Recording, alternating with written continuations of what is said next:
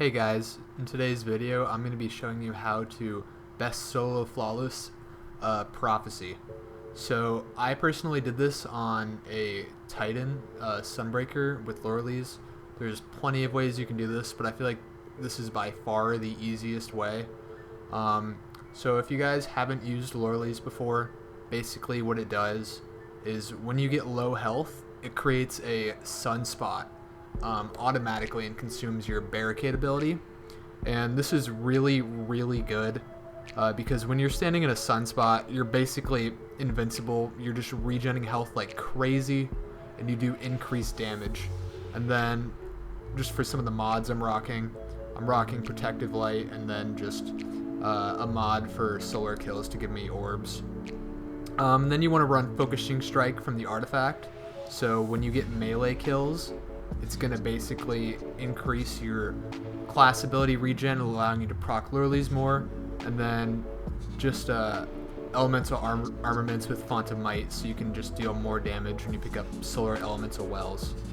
And then just some basic resistance mods and taking charge, so I can proc Protective Light to just make sure I stay high health. And then just special finisher in case I need more special ammo in order to do damage or something like that. And then basically you just want to run Throwing Hammer because you can get ability kills really quickly and get more class ability regen with the melee kills.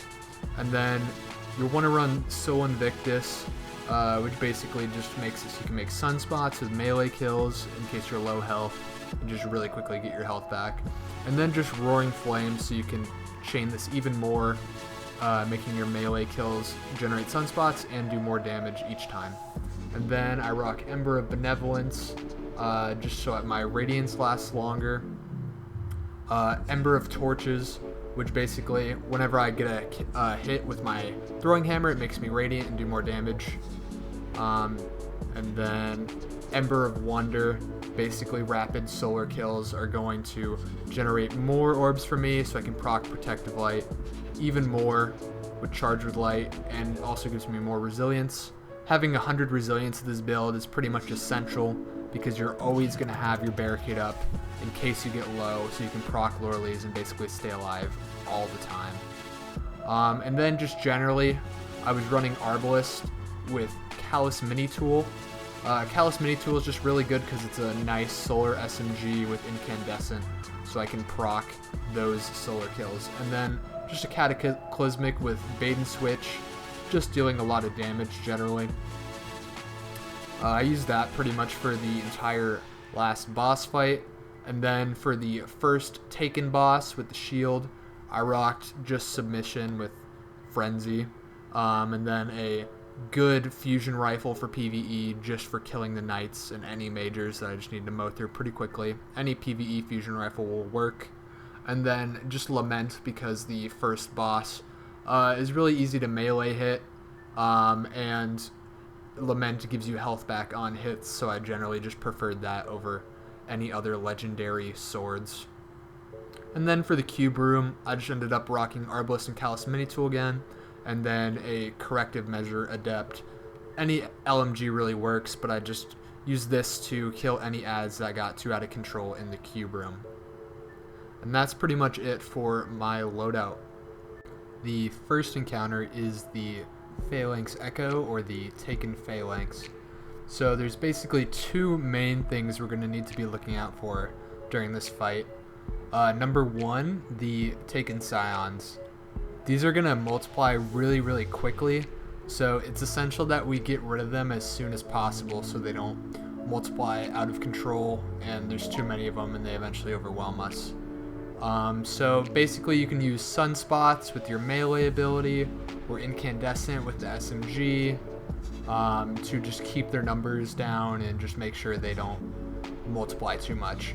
And then the second big thing that's going to kill you in this fight is the Phalanx bopping you off the edge and killing you. So the main thing to avoid that is you just mainly want to be behind cover when it's not DPS, just to make sure he can't hit you off the edge.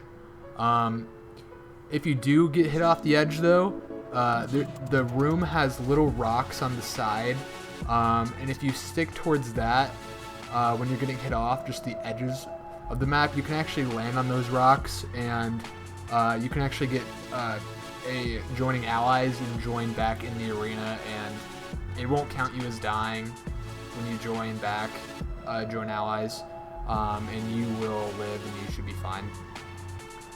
So basically, after you focus down the knights with your fusion rifle and dunk the moats, it'll be DPS time, and this is where you just basically use Lament and go to town on him. You get your health back from Lament hits, so it's pretty easy. You shouldn't be in much danger of dying. And if you do, Sunspot will happen, and you'll just get more damage, and you'll basically heal, and you'll have no problem. Just basically when the goblins spawn, kill them so he can't become immune, and basically just do that 2 times, and you'll have him dead. So next up we have the cube room. A lot of people think this is the hardest part of the Prophecy Dungeon to solo flawless, but it's really not. Just make sure you are keeping the ads under control, and proccing a lot of sunspots, and make sure you always have your barricade up to proc lurleys, and you basically can't die. As soon as you lose your barricade, if you get low, just start getting a couple melee kills, and then Focusing Strike will just give you your barricade right back, and you'll basically just be in an infinite loop of just health.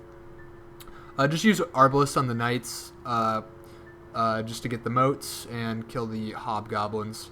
The hobgoblins can be kind of annoying, so I just like to kill them right away, because the knights are kind of easier to strafe out of the way of, so I just kind of like there to be 2 knights up at all times instead. Also, if the ads get out of control, you can always just swap to your LMG to clear them down really quickly, but I basically didn't need to do that throughout the whole cube room section. Also, may as well be proccing your super. You can generate a lot of sunspots, kill stuff really quickly, and it's just in case you're about to die and it's a really panic situation, you'll be fine when you pop your super. You have so much damage resistance that nothing can basically kill you in this room when you pop it. Just make sure you don't walk off the edge too in this room. Sometimes when you tilt the room, it gets to odd orientations where you're not paying attention, and there's big floors in the floor that can kill you. So just be watching that to make sure you don't accidentally just die stupidly by walking off an edge. And then when you get to the 2 bosses, they're really easy and don't have much health at all. You can just LMG them down or just pop super like I did. I killed both of them pretty much in just one single thing of my super. And once they're dead, you are done with the cube room.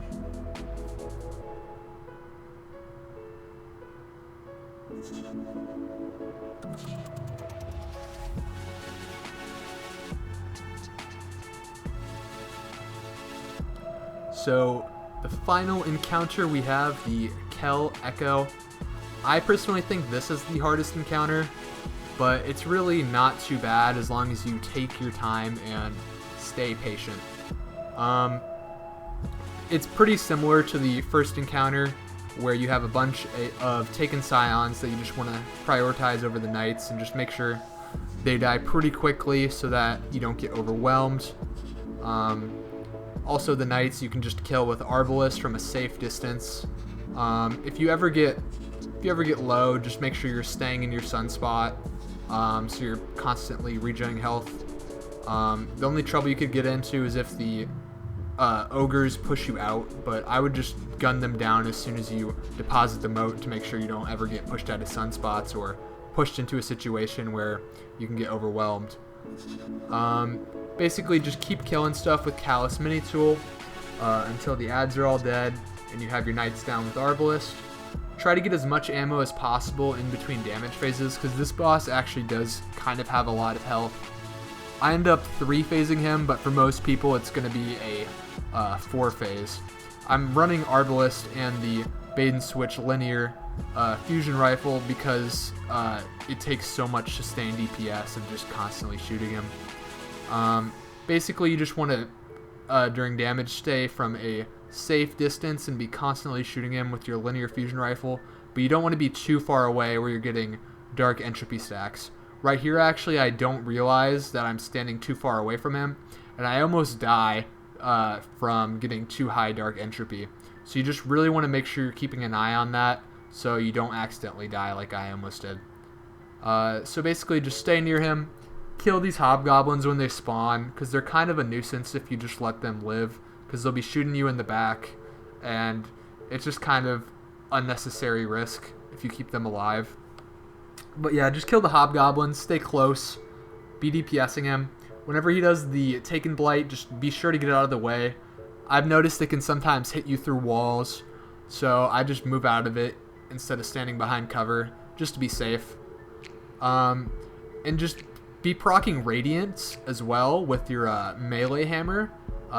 It basically gives you free damage buff for 12 seconds, and you can just pick it back up again and just constantly be Radiant throughout the entire fight. Another tip if you're lacking ammo in between phases, when you're killing the knights, be sure to finish them with Special Finisher, and you will always have special ammo for your Arbalists and will be doing at least decent damage during damage. But once you're done with the Kell Echo, you are completely done and you have your emblem. I hope you guys found this video helpful, and if you did, please be sure to hit the like button and subscribe for more Destiny videos like this.